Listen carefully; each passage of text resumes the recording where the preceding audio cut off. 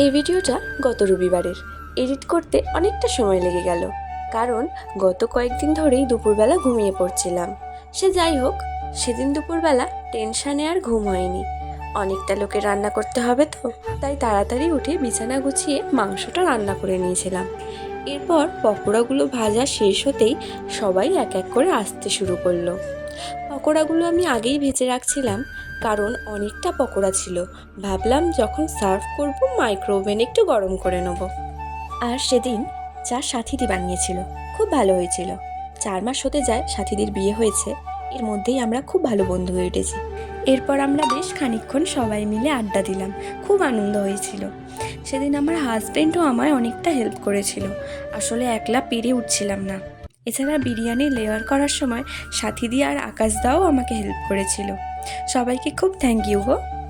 কিন্তু আমার একটাই আফসোস রয়ে গেল, সেদিন বিরিয়ানিটা আমার মনের মতো হয়নি। যাকগে, কি আর করা যাবে।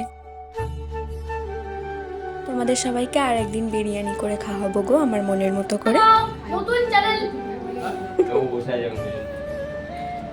হেভি হয়েছে বিরিয়ানিটা। সব দিলে এখনো খাইনি, টেস্ট করব।